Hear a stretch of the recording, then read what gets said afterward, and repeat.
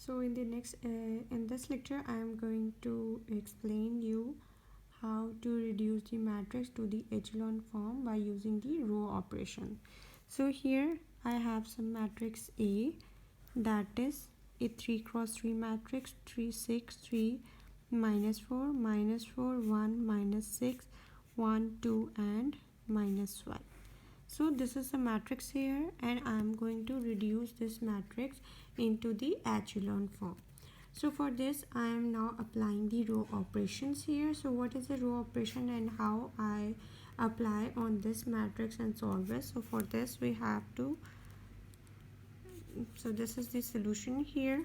So the solution of this matrix is, now further is, the first step is I am going to make this 6 1, like ये मेरे पास कोई 3 cross 3 matrix है, मुझे इसका first जो element है वो क्या है, पिवट एलिमेंट इसको कहते हैं। तो इसको मुझे क्या है 1 बनाना है। ये मेरा जो है मेन थिंग है इस मैट्रिक्स को सॉल्व करने के लिए, या जैसे कह लो कि फर्स्ट स्टेप। तो फर्स्ट स्टेप में या तो हम लोग ये कर लेते हैं कि अगर मेरे पास किसी भी मैट्रिक्स या किसी भी रो में आपके पास फर्स्ट एलिमेंट 1 अवेलेबल है तो हम उनको इंटरचेंज कर देते हैं। और अगर मेरे पास यहाँ पे फॉर एग्जांपल 2 हो तो मैं किसी एक रो को उसी नंबर से डिवाइड करके और फर्स्ट जो एलिमेंट है वो क्या है 1 बना लेती हूँ। अब यहाँ पे मेरे पास ऑलरेडी 1 वाली रो जो है वो मौजूद है, तो मैं क्या कर देती हूँ, इस रो को और इस रो को इंटरचेंज कर देती हूँ। सो बाय यू कैन से R1 3, दैट मीन्स के 1 को और 3 को मैं इंटरचेंज कर रही हूँ। तो दैट मीन्स इस रो को मैंने पूरी को उठा के ऊपर लिख दिया फर्स्ट रो में। सो 1 2 -5 और second row as it is आ गई मेरे पास, और ये जो फर्स्ट मेरे पास रो थी इसको मैंने थर्ड की प्लेस में लिख दिया, लाइक 3 6 3 एंड -4। अब मेरे पास ये मैट्रिक्स आ गया। अब एचेलॉन फॉर्म क्या है कि मतलब ये जो डायगोनल एलिमेंट्स आपके पास हैं इनसे नीचे तमाम वैल्यूज़ या तमाम एंट्रीज़ जो हैं वो क्या होनी चाहिए, ज़ीरो होनी चाहिए।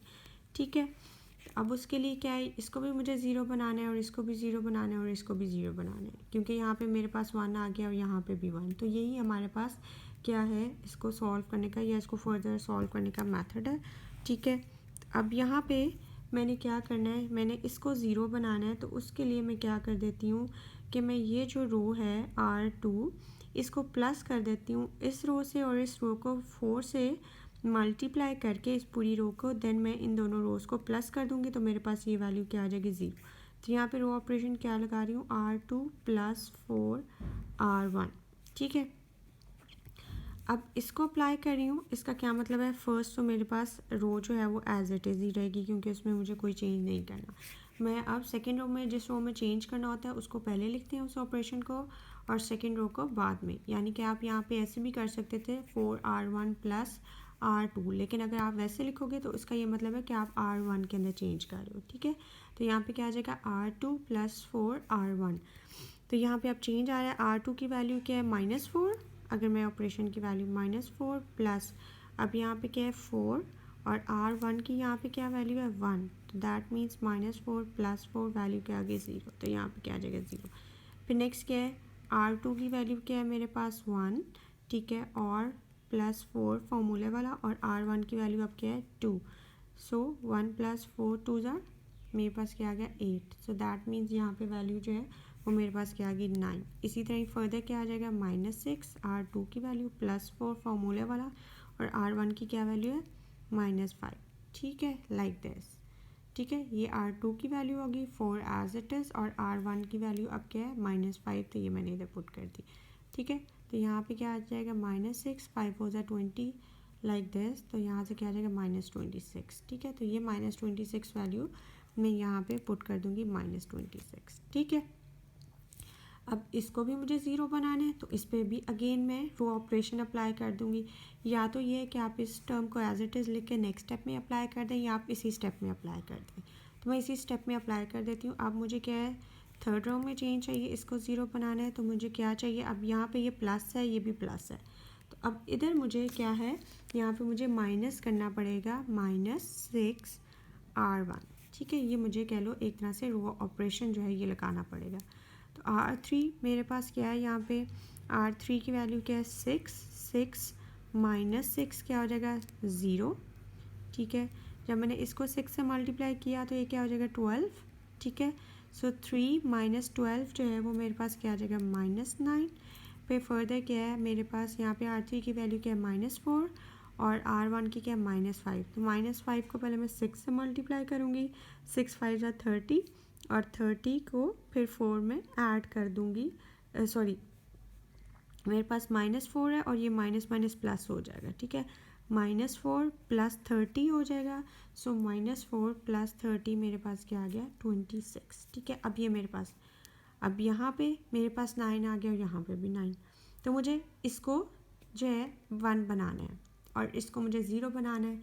तो सबसे पहले मैं क्या कर लेती हूँ, इनको सिंपली दोनों को ऐड कर देती हूँ, ठीक है। तो मेरे पास ये जो थर्ड रो है 0 बन जाएगी, ठीक है। By you can say that अब R3 के अंदर चेंज आना है तो R3 पहले लिख दिया plus R2। So 1 2 -5 0 9 -26 as it is 0। अब इन दोनों को प्लस करूँगी तो ये क्या आ जाएगा 0 और जब इन दोनों को प्लस करूँगी तो क्या आ जाएगा 0। अब मुझे यहाँ पे 1 बनाना है, ठीक है। तो उसके लिए मैं क्या कर लेती हूँ, सिंपली ये जो मेरी मैट्रिक्स आ गया इसको मैं डिवाइड कर देती हूँ, that 1 divided by 9 with R2। इसका क्या मतलब है कि इस टर्म को जब मैं इस टर्म के साथ मल्टीप्लाई करूँगी तो 9 9 से कैंसिल हो जाएगा और 26/9 एज इट इज़ आ जाएगा। सो 1 2 -5 एज इट इज़ 0। इसको जब 9 से 1/9 से मल्टीप्लाई किया तो 9 9 कैंसिल हो गया, मेरे पास 1 आ गया और इसमें क्या आ जाएगा -26/9 और ये 0 जो है ये एज इट इज़ मेरे पास ये टर्म्स आ गई, ठीक है। तो ये मेरे पास कह लो कि ये मेरे पास ये जो मैट्रिक्स है ये किस में आ गया, एचलॉन फॉर्म के अंदर मैंने इस मैट्रिक्स को एचलॉन फॉर्म के अंदर रिड्यूस कर लिया, ठीक है। इसके बाद एक और टर्म है रिड्यूस एचलॉन फॉर्म, ठीक है। ये एचलॉन फॉर्म है और नेक्स्ट क्या है रिड्यूस एचलॉन फॉर्म।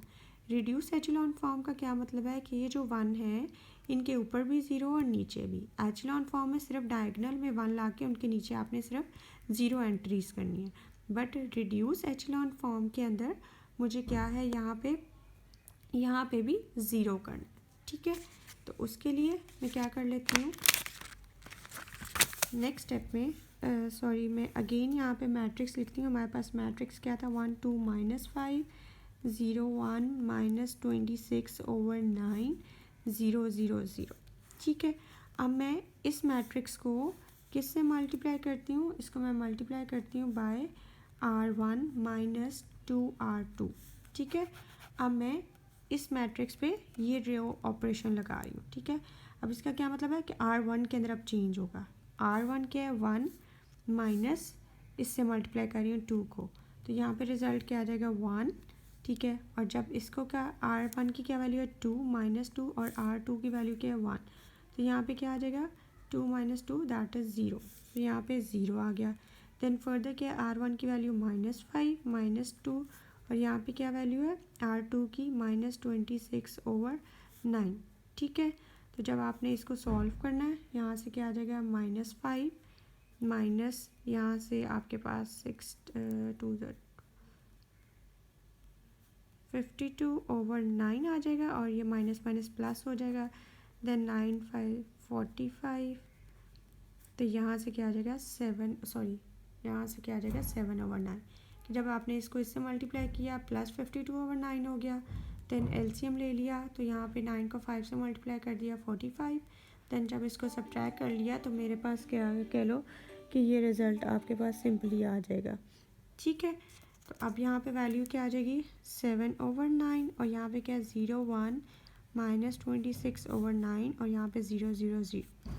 तो अब यहाँ पे ये क्या है, ये 1 1 आ गए डायगोनल में और इनके ऊपर भी 0 और नीचे भी। तो इस फॉर्म को मैं क्या कहूँगी कि ये फॉर्म मेरे पास है रिड्यूस एचलॉन फॉर्म। और इससे पहले जो फॉर्म थी जहाँ पे मेरे पास सिंपल जो है ये 1 के नीचे सिर्फ 0 था, तो ऐसी फॉर्म को मैं क्या कहूँगी कि ये मेरे पास एचलॉन फॉर्म है, ठीक है। कि मतलब मैंने ये जो मैट्रिक्स है इसको एचलॉन फॉर्म में कन्वर्ट किया by using these row operation और फर्दर जो है मैंने इसको रिड्यूस एचेलॉन फॉर्म में कन्वर्ट कर दिया by using other row operation. ठीक है, तो ये तो बेसिक था मेरे पास concept about the row operations.